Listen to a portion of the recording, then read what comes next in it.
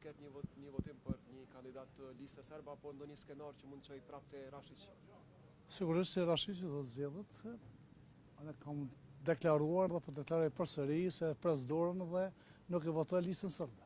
Kështu kam mendimin edhe kolegët e mi të Lëvizjes Vetëvendosje. Çfarë skenari mund t'i vijë? Dhe kjo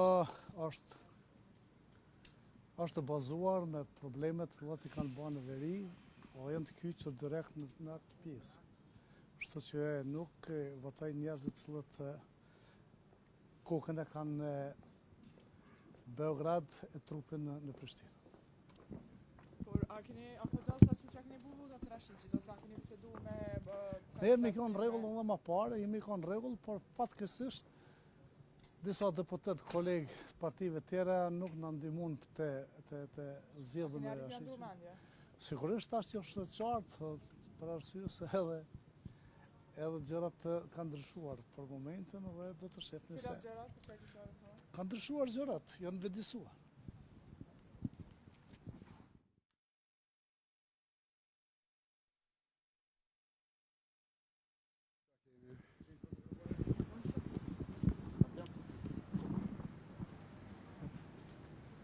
Është publikuar gjykimi i plot i gjykatës kushtetuese, si do të veproni sa i përket do të thotë votimit për kandidatën të listës?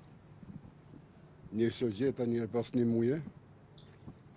Faleminderit shumë, është një vendim i gjykatës që ka dalë për afatet kohore për 12 ditë. Afati ka filluar që dje, kur ka dalë vendimi, kështu që sot do të kenë një mbledhjet grupit, dhe sigurisht do të dalën me një qendrim.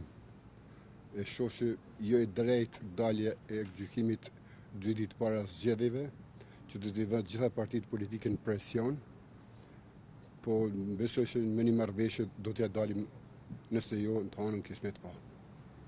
Hanën preski konsiderojnë po vendet më së lartë? Po besoj që po, tani kena afati, kena kalu këtë fazën e krizës politike të zgjedhjeve. A i dike që mund të voton edhe një kandidat nga lista serbe? Po ata që duan shtetin e Kosovës, se mbrojnë shtetin e Kosovës, kanë luftu për shtetin e Kosovës, për me bo shtetin e Kosovës, duhet të votojnë edhe duhet të ndërtojnë shtetin. Cila do të ketë vota juaj? Varësisht për grupit të shohin. Faleminderit.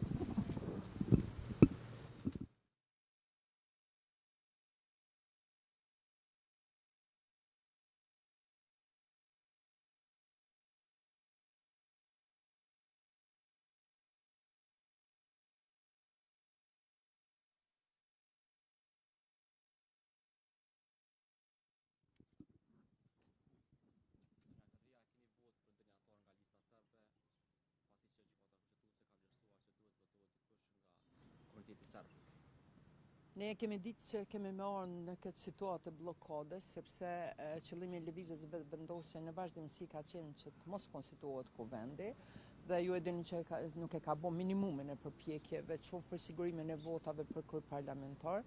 Ne kemi dashur me dhënë një epilog, me kalun këtë situatën, dhe ju keni pa që në mënyrë arbitrare, pa ndonjë emocion, pa marrëveshje, është nda votimi i nënkryetarëve të komunitetit jo shumicë, sepse zakonisht sikur se nënkryetarët e shumicës votohen në blok, është nda, domethënë pa konsultim, në mënyrë që të shkakton këto kauza që i ka Albini, sepse duke qenë se jemi në prag të zgjedhjeve, Albini po mundohet me këto kauza me rikthy në një komunë ose me mbajt në një komunë, krejt kjo për pojena politike, tash detyra është aty në që e kanë bllokuar dhe ta zhbllokojnë.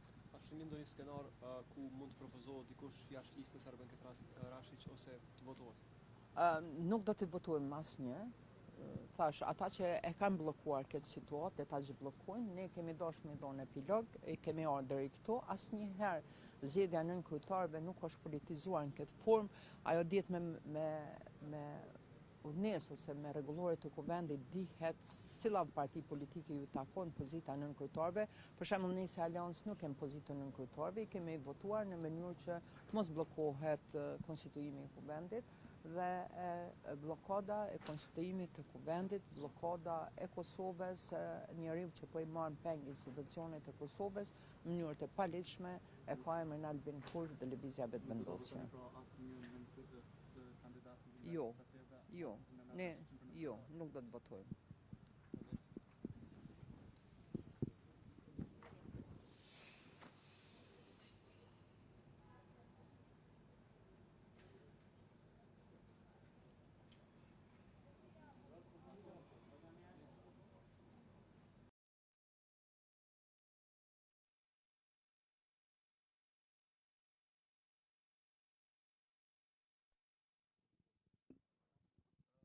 Po besoj që akt gjykimi i gjykatës kushtetuese i fundit e ka sqaruar që seanca e fundit realisht ka shku gjithçka mirë me vetmin përjashtim që ka qenë mos votimi i deputetëve të opozitës.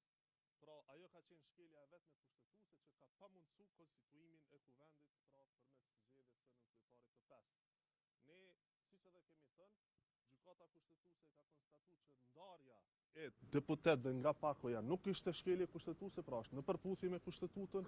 Gjithashtu ka konstatuar që deputeti apo nënkryetari i pestë duhet të vijë nga deputetët që janë përfaqësues të komunitetit jo shumicë serb. Në asnjë pikë, në asnjë paragraf, në asnjë fjali nuk përmendet që kjo drejt i takon ekskluzivisht listës serbe.